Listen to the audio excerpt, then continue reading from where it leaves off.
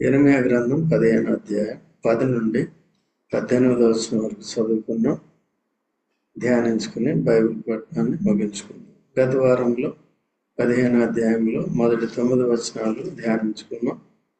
అక్కడ ఇశ్రాయేలు యొక్క అవిధేయతను బట్టి, మొండితనాన్ని బట్టి వారి కొరకు ప్రార్థన చేయొద్దంటాడు ఇర్మీయాని.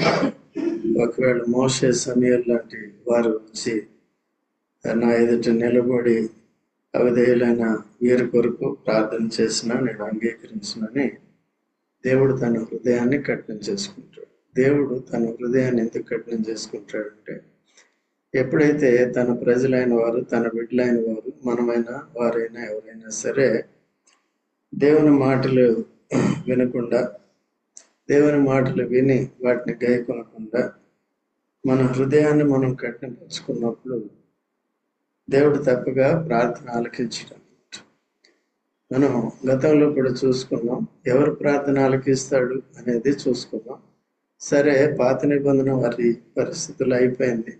దానికి అనుగుణంగా ఇప్పుడు కొత్త నిబంధనలో మనం ఎలా చేయాలి, మనం కూడా అటువంటి వారం కాకుండా, దేవుడు మన ప్రార్థనలు వినకుండా తను తాను కఠినపరచుకోకుండా మనం ఎలా ఉండాలనేది చూడండి. యోహాను సువార్త 15వ అధ్యాయము 7వ వచనం. యోహాను సువార్త 15:7 దయచేసి చదవండి. యోహాను సువార్త 15:7. నా యందు మీరును మీ యందు నా మాటలను నిలిచి ఉండిన ఎడల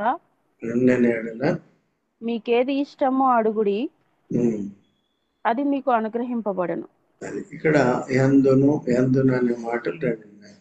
ఒకటి నా యందు, క్రీస్తునందు ఉండాలి. తర్వాత మన యందు దేవుని మాటలు ఉండాలి.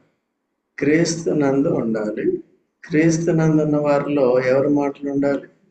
నేటి దినాల్లో క్రీస్తునందు ఉన్నామని చెప్పుకుంటున్నారు, బాప్తిసం తీసుకుంటున్నారు, ఏదో కొద్ది గొప్ప విశ్వాసం ఉంచారు మొదట్లో.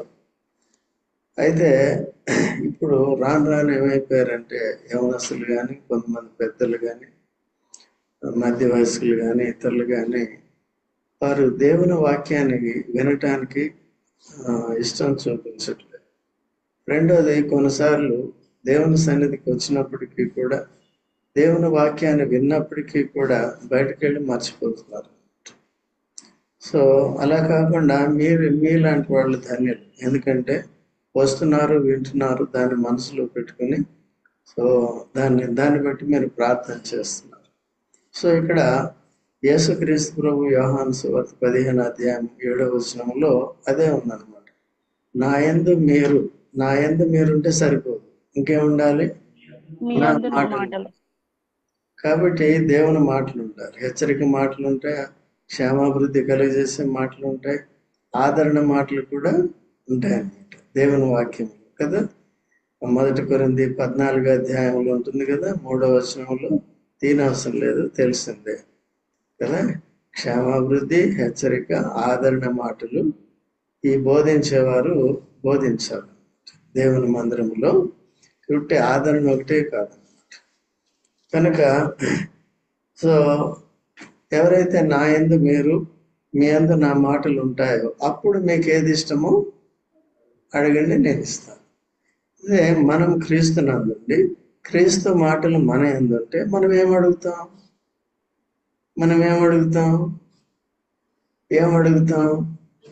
పౌలు చెప్పినట్టుగా పైన ఉన్న వాటినే వెతుకుతాం కదా. ఈ లోకంలో దేవుని సేవ చేయడానికి, ఆత్మీయ జీవితంలో వచ్చే శోధనలను బట్టి వాటి కొరకే ప్రార్థన చేస్తాం కదా. మనం సమాజంగా కూడినప్పుడు వాటి కొరకే ప్రార్థన చేస్తున్నాం. మీరు ఎటువంటి శోధనలు ఎదుర్కొంటున్నారు, ఎటువంటి అనారోగ్య పరిస్థితులు మీ ఆత్మీయ జీవితాన్ని కలవరపరుస్తున్నాయో, సో దేవుని మాటలు వినకుండా చేస్తున్నాయో, దేవుని సన్నిధికి దూరం చేస్తున్నాయో, కనీసం ఇంటి దగ్గర సైతం వాక్యం చదువుకోకుండా, ఇంటి దగ్గర సైతం దైవ చిత్తానుసారంగా, వాక్యానుసారంగా ప్రార్థన చేయకుండా ఉండే పరిస్థితులను బట్టి వెంటనే మీరు మాకు తెలియజేస్తారు, మేము మీ అందరికి తెలియజేస్తాం.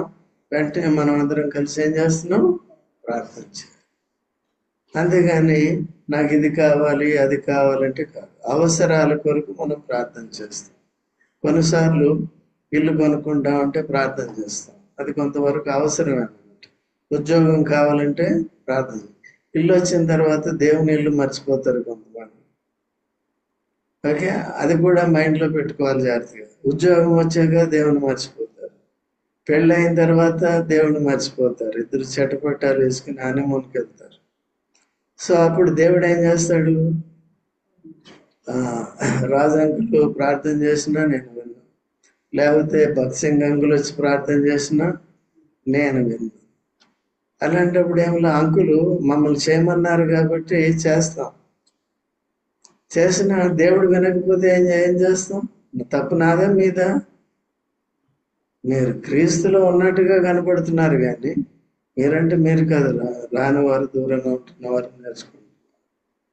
కానీ దేవుని మాటలు వినట్లేదే, నూతన పరచబట్టలేదే, విశ్వాసంలో స్థిరపడట్లేదు, బలపడట్లేదు, దేవుని కార్యాలు చేయటానికి తగిన శక్తి సామర్థ్యాలు పొందట్లేదే.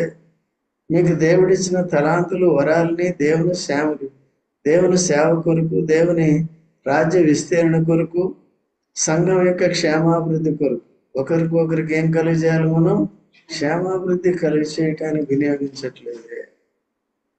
సో అలాగ ఉండకూడదు అన్నమాట. ఓకే, సో కాబట్టి ఈ విషయాల్ని గత వారంలో నేర్చుకున్నాం. అయితే ఇప్పుడు దేవుడు ఏమంటున్నాడు? నేను వారి ప్రార్థన విన్ను, నీ ప్రార్థన విన్ను, వారి ప్రార్థన విన్ను. ఎందుకంటే వారు నా ప్రజలుగా ఉంటున్నారు, నన్ను ఎరిగిన మా దేవుడు యెహోవా అంటున్నారు, కానీ విగ్రహాలను పూజ చేస్తున్నారు, అన్ని దేవతల వైపు వెళ్తున్నారు. రెండోది, నా నిబంధన వారు పాటించట్లేదు. ఆ కారణం చేత వారి మీదకి ఖడ్గాన్ని తీసుకొస్తాను, క్షామాన్ని తీసుకొస్తాను, వాళ్ళని నాశనం చేస్తాను అని దేవుడు ఎప్పుడైతే తన తీర్పుల్ని తాను హెచ్చరిక రూపంగా ఇచ్చాడో, ఇక్కడ 10వ వచనంలో చూడండి ఇంకెంత భారంగా ఉందో. 10వ వచనం, అయ్యో నాకు శ్రమ. ఎవరికి శ్రమ అండి? అయ్యో నాకు శ్రమ. నా తల్లి జగడమాడువానిగాను, దేశస్తులందరిలో కలిగించువానిగాను నీ వేళ నన్ను కంటివి. వడ్డీకి నేను బదిలీ లేదు, వారు నాకు బదిలిచ్చిన వారు కారు, అయినను వారందరూ నన్ను శపించుచు. ఇప్పుడు వారు ఇశ్రాయేలు అవిధేయులై దేవుని యొక్క ఉగ్రత వారి మీదకి వస్తున్నప్పుడు ఎవరిని బాధ్యులుగా చేస్తున్నారు? ప్రవక్త అయిన యిర్మీయాని బాధ్యులుగా చేస్తున్నారు. ఆనాడు ఇశ్రాయేలు యొక్క స్వభావం అంతే, ఇశ్రాయేలు స్వభావం కూడా అంతే. ఈనాడు శరీరానుసారంగా ప్రవర్తించే విశ్వాసులు కూడా అంతే. ఆ సేవకుడు సరిగా ప్రార్థన చేయలేదు, సేవకుడు భక్తి లేదు, ఇది లేదంటే ముందు నీకుందో లేదో చూసుకోవాలి. లేకపోతే పలానా అక్కకి చెప్పాను, పలానా అన్నకి చెప్పాను, పలానా అంకులకి చెప్పాను, వీరందరూ చేశారు కానీ సమస్య పరిష్కారం. అయితే ఇంకా సరిదిద్దుకోవాల్సిన సరిదిద్దుకోవాలి. ఈ శ్రమకాలంలో నేర్చుకోవాల్సింది నేర్చుకోవాలి. ఈ శ్రమకాలంలో ఎంత దీనులం కావాలో అంత దీనత్వం కావాలి. కొద్దిగా ఓర్పు అనేది కూడా అవసరం. దేవుడు తప్పకుండా ఏం చేస్తాడు? కొంతకాలం శ్రమ పడిన మీదట మిమ్మల్ని స్థిరపరిచి బలపరిచి అని చెప్పాడు. ఓకే అండి. అందుకనే దేవుడు తప్పకుండా మనలో భక్తిహీనం కాకుండా భక్తిగా జీవించాలని కోరుతున్నాడు. కాబట్టి ఇశ్రాయేలు కూడా అదే చేశారు. ఆయన ఎంతో మంచి మధ్యవర్తిగా ఉన్నాడు, ఎంతో మంచి నాయకుడిగా ఉన్నాడు మోషే. ఎంతో వారు పాపం చేసినప్పటికీ అడుగడుగున ఆయన మధ్యవర్తిగా ప్రాధేయపడుతూ వచ్చాడు. అనేక సార్లు దైవోగ్రత నుంచి వారిని విడిపిస్తూ వచ్చాడు. అందుకని ఇక్కడ కూడా ఇప్పుడు మోషే వచ్చినా సరే నేనేం చేయను, మోషే కానీ సమయాలైనా సరే వాళ్ళు వచ్చిన అంగీకరించు, ఈ ప్రజల్ని అంగీకరించు. వాళ్ళు వచ్చి ప్రార్థన చేసినా సరే ఈ ప్రజల్ని, అప్పుడు మోషే దినాల్లో అంగీకరించాడు మోషే, కానీ ఇప్పుడు ఇంకా కఠినమైపోయారు. ఇక మోషేని కొట్టడానికి తయారయ్యారు. మోషేని కొట్టడానికి తయారు, రాళ్ళు తీసుకుని కొట్టడానికి తయారు. ఆయన కూడా ఒక సందర్భంలో ఆ దేవుడితో పోరాడతాడు మోషే. దేవా, ఎందుకు వీళ్ళని నేను కన్నానా? వీళ్ళు నా పిల్లల, వీళ్ళ భార్యని నేను ఎందుకు భరించాలి? వీళ్ళు ఎందుకు, వాడి తిట్లు నేను ఎందుకు తినాలి? వాడు ప్రతిదానికి ఎదురాడి రాడు తీసుకొడతాం, ఇది చేస్తాం, అది చేస్తాం అంటాడు. ఓకే, ఎవరండి? మోషే. అందుకనే కొత్త నిబంధనలు ఏముందంటే చూడండి, 13:17 ఫిబ్రి 13:17, 13:7, 13. మీకు దేవుని వాక్యము బోధించి మీ పైన నాయకులుగా ఉన్న వారిని జ్ఞాపకం చేసుకొని వారి ప్రవర్తన ఫలమును శ్రద్ధగా తలంచుకొంచు వారి విశ్వాసమును అనుసరించుడి. ఆయన బోధించే బోధకులు కూడా, కాపర్లు కూడా మందికి మాదిరికరంగా ఉండాలి. వారి వాక్యాన్ని నేర్చుకోవాలి, దాన్ని పాటించాలి. వారు సంఘానికి బోధించే వాక్యాన్ని కూడా శ్రద్ధగా పాటించాలి. సో వారి యొక్క భారం కలిగి వారు కూడా వాక్యాన్ని నేర్చుకుంటూ సంఘం అంతా ప్రకారము విశ్వాసంలో బలపడి స్థిరపడి క్రీస్తుని వెంబడించాలి, దేవుని సేవ చేయాలి అనే దృక్పథం కలిగిన సేవకులు ఏం చేయాలంటే ఉన్నవారికి ఇవన్నీ జ్ఞాపకం చేసుకొని వారి ప్రవర్తన ఫలమును శ్రద్ధగా తెలుసుకోవచ్చు. ఇప్పుడు చూడండి, భక్సింగ్ గారిని ఇది కరెక్ట్ అండి. భక్సింగ్ అది తర్వాత వస్తుంది. అయితే భక్సింగ్ గారిని పదే పదే ఎందుకు జ్ఞాపకం చేసుకుంటాం? ఇప్పుడు మనం జ్ఞాపకం చేసుకునే భక్తులంతా ఎవరండి?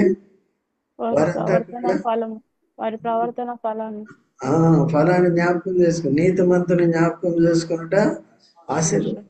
వారు నీతిగా ప్రవర్తించిన వారు, దేవుని మహిమను కోరుకున్నవారు, స్వకీయ మహిమను వెతికిన వారు కారు. సో మనం కూడా అట్లా చేయాలి. వాక్యాన్ని బోధిస్తూ మీ పైన నాయకులుగా ఉన్న వారిని జ్ఞాపకం చేసుకుని వారి ప్రవర్తన ఫలమును శ్రద్ధగా తలంచుకొనొచ్చు. వారు ఎలా జీవిస్తున్నారు, ఎలా సేవిస్తున్నారు, ఇవన్నీ తలంచుకుంటూ, ఏం వాక్యం బోధిస్తున్నారు తలంచుకుంటూ వారి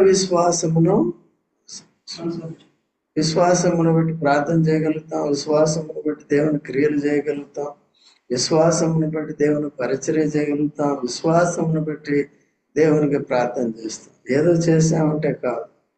మన ప్రార్థన ఏంటంటే దేవుడి దగ్గరికి వెళ్తుంది, జవాబు వస్తుంది అనే నిరీక్షణతో చేస్తాం. కొంతమంది ఏం చేస్తారంటే ప్రార్థన చేసి అడిగి చేయబడిన మనవులన్నీ పొంది ఉన్నాము తండ్రి అంటారు, కానీ అవి జవాబు రాలేదు. ప్రతిసారి అలా చేసినప్పుడు అట్లా. ఓకే, అయితే దేవుడికి కొన్నిసారి టైం ఇవ్వాలి. వాక్యంలో ఉంది, అడిగినవన్నీ పొంది ఉన్నామంటే అది శిష్యులకి చెప్పాడు. వాళ్ళు కేవలం పరిచర్య మీదే ఉంది, వారి జీవితం అంతా పరిచర్య కొరకే ఉంది. అయితే దీన్ని మనోళ్ళు మామూలు విశ్వాసులు దాన్ని లింక్ చేసుకుంటారు. అది ఏ సందర్భంలో చెప్పాడు, ఎందుకు చెప్పాడు అనేది ఏం చేయాలి, చూసుకోవాలి. ఓకేనా? అదే సేవకులకి లేక అపోస్తలకి ట్రైనింగ్ ఇవ్వటానికి కొన్ని సందర్భాల్లో ఆ విధంగా చెప్పాడు. ఓకే, మనం కూడా దేవుని సేవలో నిమగ్నమైనప్పుడు వాటి కొరకు మనం ప్రార్థన చేసేటప్పుడు తప్పకుండా ఈ కార్యాలు మనకి చేస్తాడు. ఓకేనా? చాలా చూసుకోవాలి. ఇప్పుడు 17వ వచనం వరకు వచ్చే వరకు, మీ పైన నాయకులుగా ఉన్నవారు లెక్క ఒప్పజెప్పవలసిన వారి వలె మీ ఆత్మల్ని ఏం చేస్తున్నారండి, లెక్క ఒప్పజెప్పాలి. సో యెరూషలేము నుండి యెరికోకి వెళ్తున్న వ్యక్తి లూకాసు వార్త 10వ అధ్యాయంలో 31వ వచనం నుంచి తీనవసరం లేదు, తర్వాత రాసుకుని చదువుకోండి. తర్వాత 10వ అధ్యాయం లూకాసు వార్త 31 నుండి మనం చూసినప్పుడు యెరూషలేము నుండి ఎక్కడికి పోతున్నాడు? ఎవరైనా యెరూషలేము అంటే సమాధానపడు, ఎరుకో అంటే శాపగ్రస్తమైంది. ఎక్కడికి వెళ్తారండి? యెరూషలేము కదిలేమంటే ఎవరుంటారు? మళ్ళీ దొంగలు ఉంటారు. మందిరంలో ఉన్నంతసేపు నీకు భద్రత ఉంటుంది, బయటకు వెళ్ళిన తర్వాత శాటనిక్ అటాక్స్ ఉంటాయి. అర్థమైందా? అది కాబట్టి అందుకనే బయటకు వెళ్ళిన తర్వాత జాగ్రత్తగా ఉండాలి. మన మనసు ఎప్పుడు కూడా ప్రభు మీద ఆనుకుని ఉండాలి. కనుక వెళ్తున్నప్పుడు దొంగలతో కొట్టబడ్డాడు. తర్వాత ధర్మశాస్త్రం వచ్చింది, తను పాపం చేసిన వాడిని రక్షించలేకపోయింది. తర్వాత ఇంకెవరు వచ్చారు? ప్రవక్తలు వచ్చారు. ప్రవక్తలకి అంటే లేవీయులు, యాజకులు ప్రవక్తలకి ధర్మశాస్త్రానికి గుర్తుగా ఉన్నారు. ప్రవక్తలు కూడా రక్షించలేరు. ప్రవక్తలు ఏం చేశారు? యేసుక్రీస్తు ప్రభు వస్తాడు, ఇమ్మానుయేలు వస్తాడు, ఆయన ప్రాణం పెట్టి రక్షిస్తాడని పాత నిబంధనలోనే చెప్పబడింది. సో కాబట్టి వాళ్ళు చేయలే, వీళ్ళు చేయలే. చివరికి ఎవరు వచ్చారు? యేసు ప్రభు వచ్చాడు. ఈ బైబిల్లో ముగ్గురే ఉన్నారు. ధర్మశాస్త్రం ఉంది, ఇంకా ప్రవక్తలు ఉన్నారు, మూడోది ఎవరు? రక్షకుడైన యేసు. ఈ మూడే అప్పుడు ప్రజల్ని పాత నిబంధనలో నడిపించడానికి యాజకుల్ని తర్వాతే ప్రవక్తల్ని వాడుకున్నాడు. అంతే కదా? బలి కూడా తీసుకురావాల్సింది ఎవరి దగ్గరికి? అది యాజకులు ధర్మశాస్త్రానికి గుర్తుగా ఉన్నారు. ప్రవక్తలు ప్రవచిస్తూ వచ్చారు. ఎవరి గురించి? కన్యక గర్భవతే కుమారుని కన్ను, ఆయనకు ఇమ్మానుయేలు అని పేరు అని చెప్పాడు. ఎవడు? ఎక్కడ? యెషయా 7:10. ఎవరు చెప్పారు? యెషయా. ఓకే అండి. ఆ విధంగా ఇప్పుడు సంఘంలో ఉన్న పెద్దలైన వారు, నాయకులైన వారు దేవునికి లెక్క చెప్పాలి. మీ ఆత్మల గురించి కాల్చున్నారు. అందుకనే కొన్నిసార్లు రాని వారిని బట్టి, వాక్యాన్ని విన్న వారిని బట్టి, సో ఈ ప్రవక్తకి ఎంత బాధపడుతున్నాడు, ఇంచుమించు మాకు కూడా మనసులో అంత బాధ ఉంటుంది. అది తర్వాత సరే ప్రార్థన చేస్తూ ఉంటాం, ప్రభు గారు చెప్తూ ఉంటాం. వారి గురించి ఊరికే బాధపడుతూ ఉంటే, ఏడుస్తూ ఉంటే ఈ బీపీలు, షుగర్లు ఎక్కువైపోయి మళ్ళీ పోతే కష్టం కదా. అందుకని కంట్రోల్ చేసుకోవాల్సి ఉంటుంది. కొన్నిసార్లు ఆదివారం వచ్చినప్పుడు హెచ్చరిస్తూ ఉంటాం, ఎంత చెప్పినా మన పాట మొండితనం. మీరు కూడా అటువంటి భారం కలిగి ఎవరైతే రావట్లేదో వారి కొరకు, అందరికీ ఒకటి అలవాటు అయిపోయింది, కొద్దిగా బావిలో చేయండి అంటే టకటక మానకుండా మళ్ళీ చెప్పేదాకా చేస్తాను. కొంతమంది రావట్లేదు, వారి కొరకు చేయండి. వాక్యాన్ని వినట్లేదు, దేవుని సేవలో పాలు పొందట్లేదు, ఆరాధన చేయట్లేదు, ప్రార్థన చేయట్లేదు, వాళ్ళ కొరకు చేయమే. ప్రాముఖ్యత మనం ప్రార్థన చేసేవాళ్ళు దేనికి ఇస్తున్నారండి? కేవలం భౌతికమైన విషయాల కొరకు ఇస్తారు. దేవుడు ఎందుకు అనుమతించాడు ఆ బాధ? శుద్ధ సువర్ణంగా చేయటానికి వచ్చాడు. ముందు అది తీసేయండి, అది తీయడది. ముందు నువ్వేం కావాలి? నీ కొడుకులు ఏం కావాలి? నా కొడుకులు ఏం కావాలి? అది చూసు. ఫస్ట్ ఆత్మీయంగా మార్పు చెందాలి. ఈ లోకం మంది శాశ్వతమైంది కాదు. అందుకని ఇక్కడ చాలా బాధపడుతున్నాడు. ఇదే సమస్య చూడండి ఆయనకు కూడా వచ్చింది. యోబు 3వ అధ్యాయం 1వ వచనం చదవమ్మా. యోబు గ్రంథం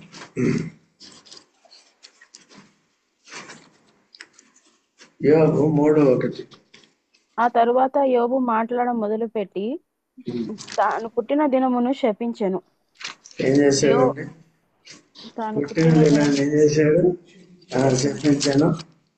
యోబు ఇలాగు అనెను, నా తల్లి గర్భద్వారములను అది మూయనందుకును, నా నేత్రములకు అది బాధను మరుగు చేయనందుకును నేను పుట్టిన దినము లేకపోవును గాక, మగపిల్ల పుట్టెనని ఒకడు చెప్పిన రాత్రి లేకపోవును గాక. ఈయన మొత్తం ఈ అధ్యాయం 3వ అధ్యాయం అంతా కూడా తన పుట్టుక గురించే, తన తల్లి ఎందుకు కనదనే బాధ.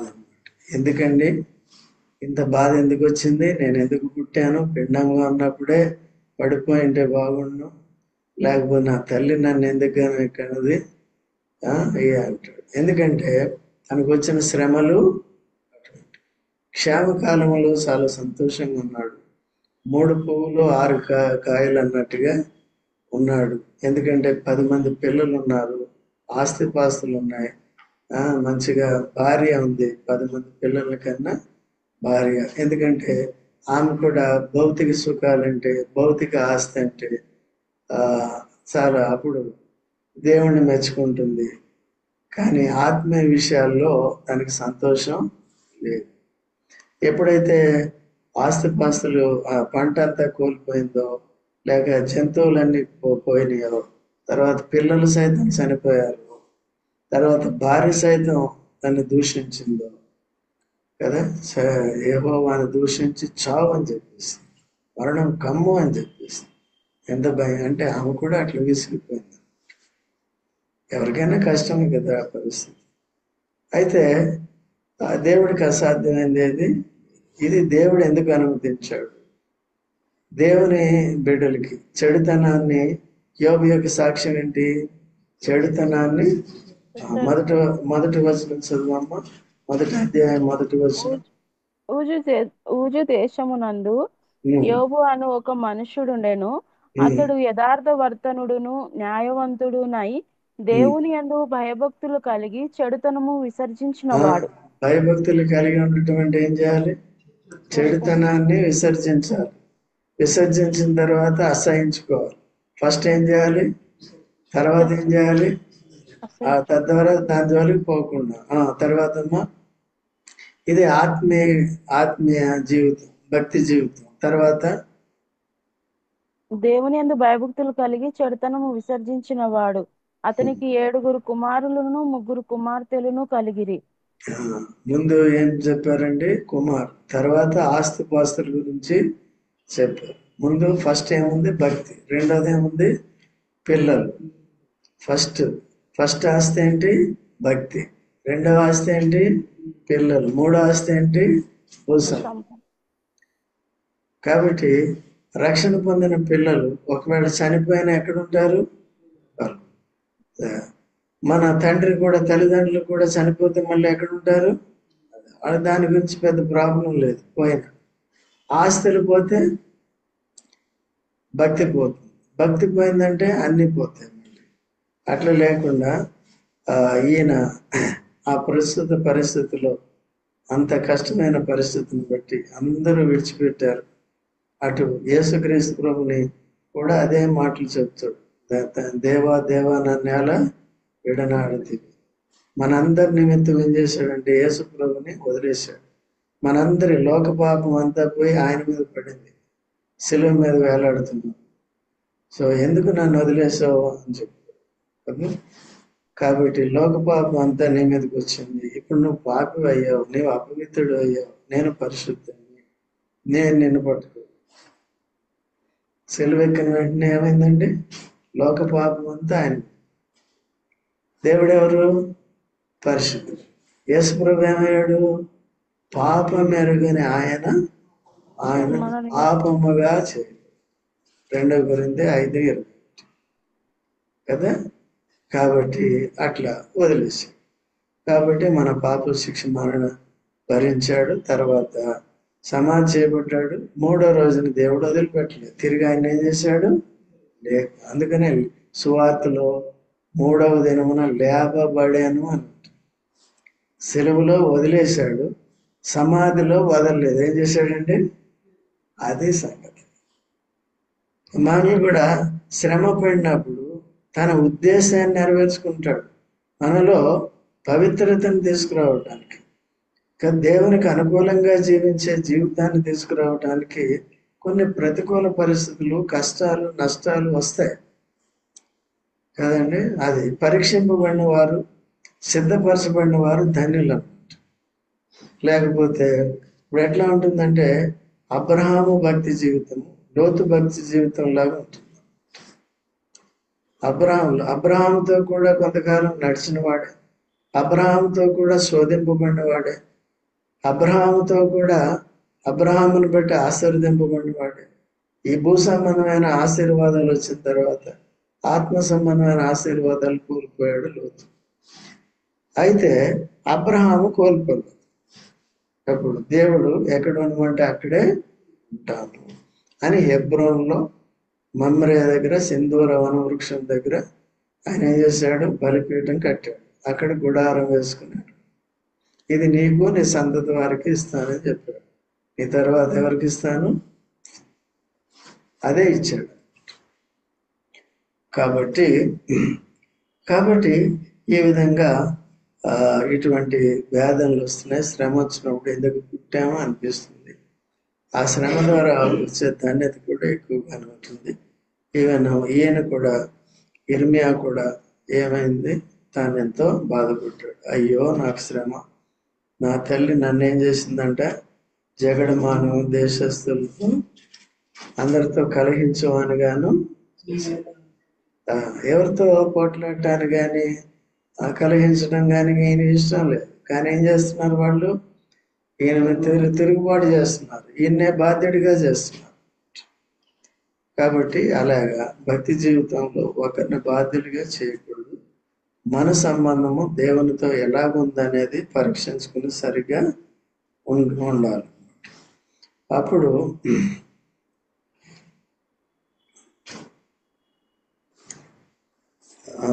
తర్వాత ఈ విధంగా మనం అతను చెప్పుకుంటాడు, నేను వాళ్ళకే నాకు సంబంధం ఏంటి, వాడికి నేనేం వడ్డీ ఇవ్వలేదు, వారితో నేను వ్యాపారం చేయలేదు, నేను నీ మాటలు మాత్రం వారికి నేను చెప్తున్నాను, నువ్వు చెప్పిన మాటలు వారందరూ నన్ను శపిస్తున్నారు అంటాడు.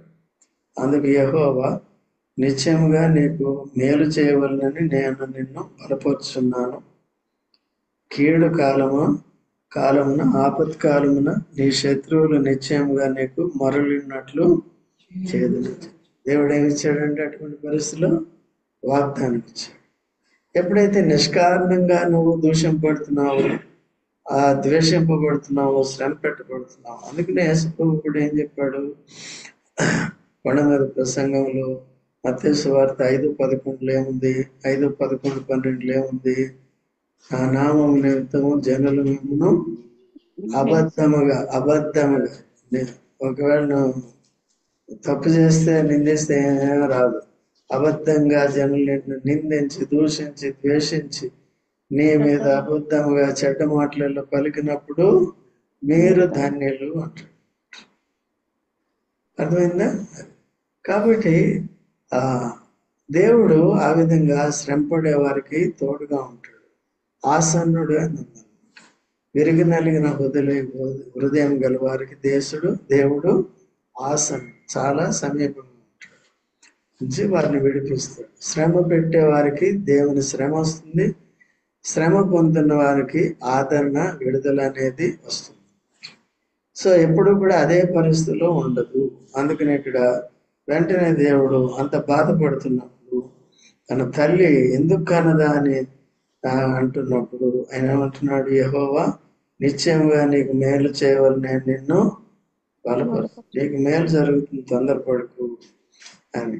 కీడు కాలమున ఆపత్కాలము నీ శత్రువులు నిశ్చయంగా నీకు వారే వచ్చి నిన్ను మళ్ళీ మరుపెడతారు చూడండి. కాబట్టి అటువంటి శ్రమ వాళ్ళకి వస్తుంది. ఆ తర్వాత చూడండి 12వ వచనంలో, ఇనుమునైనను ఉత్తరము నుండి వచ్చే ఇనుమునైనను కంచునైనను ఎవడైనా విరవగలడా?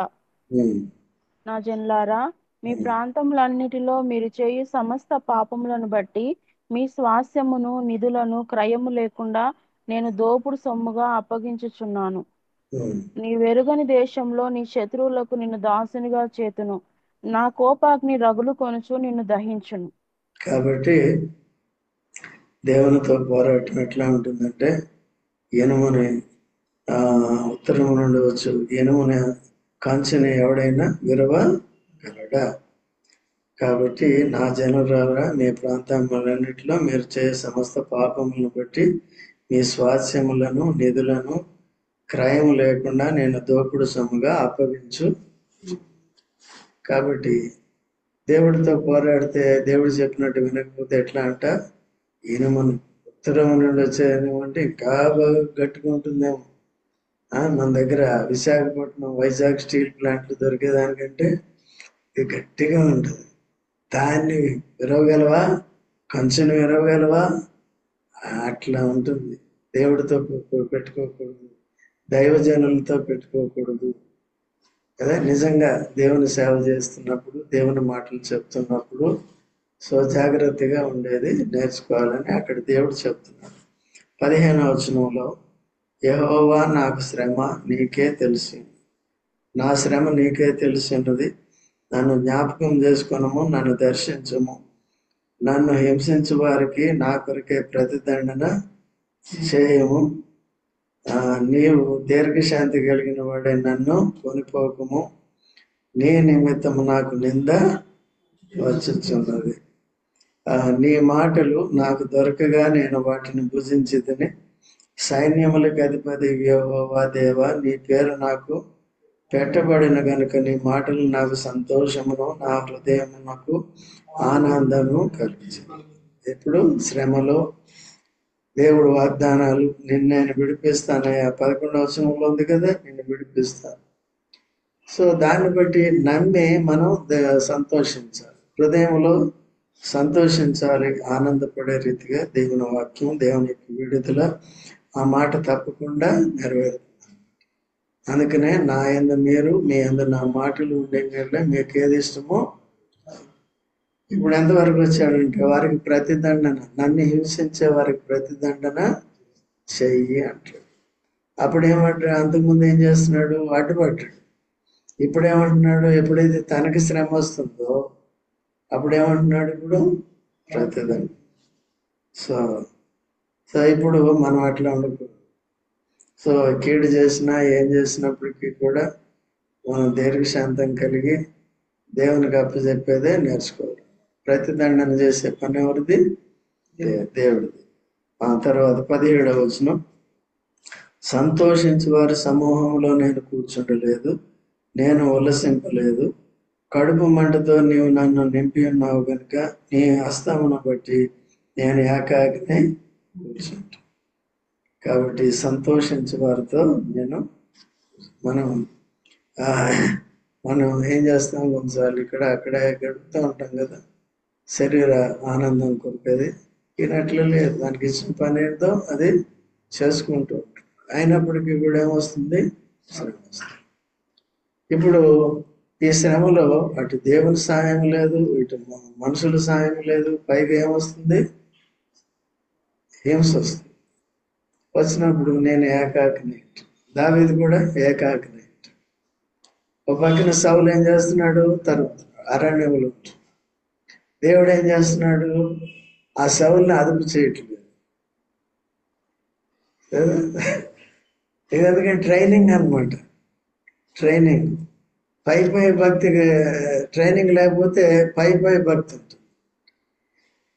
ఈ ట్రైనింగ్ ఉందనుకో, శ్రమల్లో కూడా నిలబడ్డా, శ్రమల్లో కూడా దేవుణ్ణి కనపరచా, శ్రమల్లో దేవుని వాగ్దానాన్ని నమ్మి ఆ ప్రకారం ప్రార్థన చేస్తూ ఓర్పు కలిగి స్థిరపడినప్పుడు మనల్ని ఇక వేరే వాళ్ళ కొరకు ఆశీర్వాదకరంగా వాడుకుంటాడు.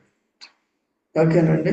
అది 18వ వచనములు, నా బాధ ఎలా ఏడతగినదాయను, అంటే ఎక్కువ రోజులు అయిపోయింది. నా గాయం ఏళ్ళ ఘోరమైనదాయను, అది స్వస్థతను అందకపోనేలా. నిశ్చయముగా నీవు నాకు ఎండమావుల అవుదువా, నిలువని అవుదువా. చూసారండి, అంటే కొద్దిగా బాధ ఎక్కువయ్యేటప్పటికి ఇంకా జీవితాంతం ఇలాగే ఉంటుందేమో అనుకుంటున్నాడు. ఇలాగే ఉంటుంది మరి సేవ అంటే. యేసుప్రభు సైతం కూడా అట్లే చేశాడు కదా. అయితే నువ్వేమంటున్నాడంట? నిశ్చయంగా నీవు నాకు ఎండమావులు అంటే అర్థం ఏంటండి? రోడ్డు మీద వెళ్ళేటప్పుడు, ఎండలో రోడ్డు మీద వెళ్ళేటప్పుడు దూరం ఏం కనపడుతుంది? నీళ్ళు అన్నాడుగా. కానీ నీళ్ళు ఉంటాయి అక్కడ? నేను కూడా చాలాసార్లు పరీక్షించాను, ఇప్పుడు కాదు, చిన్నప్పుడు వెళ్ళేటప్పుడు ఎండ ఉండేది, అక్కడ నీళ్ళలాగా ఉండేది, అక్కడ దగ్గర అక్కడే ఉండేది మళ్ళీ అట్లా. కాబట్టి మన దేవుడు అట్లాగా ఎండమావిలాగా మనకి కాదు. మన దేవుడు నీతి సూర్యుడు. ఓకేనండి. తన నీతిని, తన పరిశుద్ధతను, తన జీవాన్ని మన మీద కుమ్మరించి. ఓకే, కాబట్టి అందుకని జాగ్రత్తగా ఉండాలి. నిలువని జలములు వంపువ.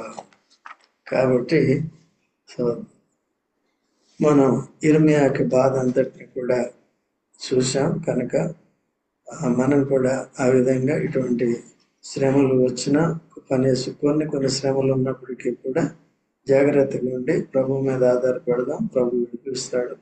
సంఘంగా మనం అందరం ఒకరికొకరు ప్రార్థన చేసుకుంటూ దేవుని హెచ్చరికలు పొంది సరి చేసుకుంటూ ఎక్కడెక్కడైతే నిర్లక్ష్య జీవితం ఉంటుందో మనం కానీ మన కుటుంబీకులు కానీ సో అవన్నీ కూడా సరిదిద్దుకుంటూ జాగ్రత్తగా ప్రార్థన ముగించుకుందాం. బైబిల్ పట్టణాన్ని ప్రార్థన